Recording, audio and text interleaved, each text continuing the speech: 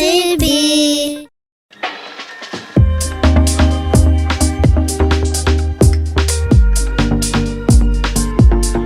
Bonjour à tous, mesdames et messieurs, bienvenue dans notre émission Les animaux dans tous leurs états. Solène, Lisa et Léana à la présentation de cette émission.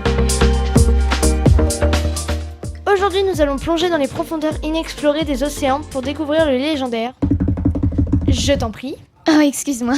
Blobfish. Ah, le blobfish, le Picasso de l'océan. C'est comme s'il avait été sculpté par un sculpteur somnambule avec une fâcheuse tendance à la paresse artistique, à se demander s'il n'a pas inspiré les monstres du film Halloween, tellement il ferait peur à Chucky. Bon, arrêtez un peu de le critiquer et dites-nous plutôt où il vit. Il vit essentiellement au large de la Tasmanie et de l'Australie dans les fonds marins au-delà de 600 mètres de profondeur et jusqu'à 1200 mètres environ. Pourquoi le blobfish a-t-il ce drôle de nom ?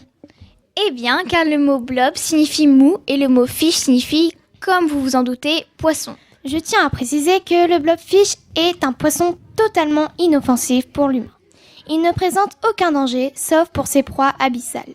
Pour survivre, le blobfish nage au-dessus du fond de l'océan, déplaçant sa bouche pour attraper sa nourriture comme le ferait un chalut. Ainsi, le blobfish mange principalement des mollusques et des crabes qui croisent son chemin.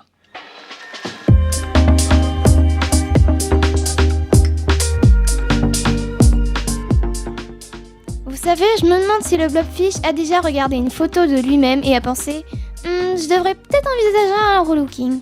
Mais saviez-vous que cette apparence étrange est due à l'énorme pression des profondeurs marines où il vit ? Pourrais-tu nous en dire plus ?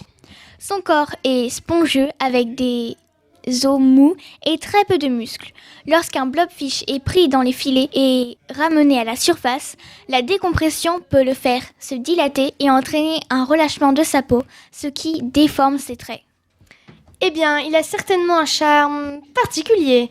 On dit que lorsqu'il a été découvert pour la première fois, les scientifiques ne pouvaient pas croire que c'était vraiment un poisson. Ils pensaient que c'était juste un vieux chiffon qui flottait dans l'eau. Ah, le blobfish. Vous savez, je me demande si le blobfish sait qu'il est célèbre pour être le poisson le plus moche du monde. Je voudrais bien vous faire une description, mais je pense que c'est au-dessus de mes forces. Je parie qu'il doit se sentir gonflé d'orgueil, celui-là. Et vous avez entendu parler de sa technique de chasse ? Il flotte jusqu'à là, l'air complètement blasé, attendant que sa nourriture vienne à lui. C'est comme s'il disait « Pourquoi chasser quand on peut juste attendre que le dîner vienne à soi ?» C'est sûr, je suppose que c'est la version marine de la livraison à domicile. C'est certain, après tout, quelle que soit son apparence, il est le roi des abysses. Ou du moins, le roi des blagues marines. Dans son habitat normal profond, la pression de l'eau qui règne la fait ressembler à n'importe quel poisson ordinaire. Mais au fur et à mesure qu'il remonte à la surface, pris dans les chaluts des pêcheurs, la pression de l'eau diminue et le blobfish commence à se déformer.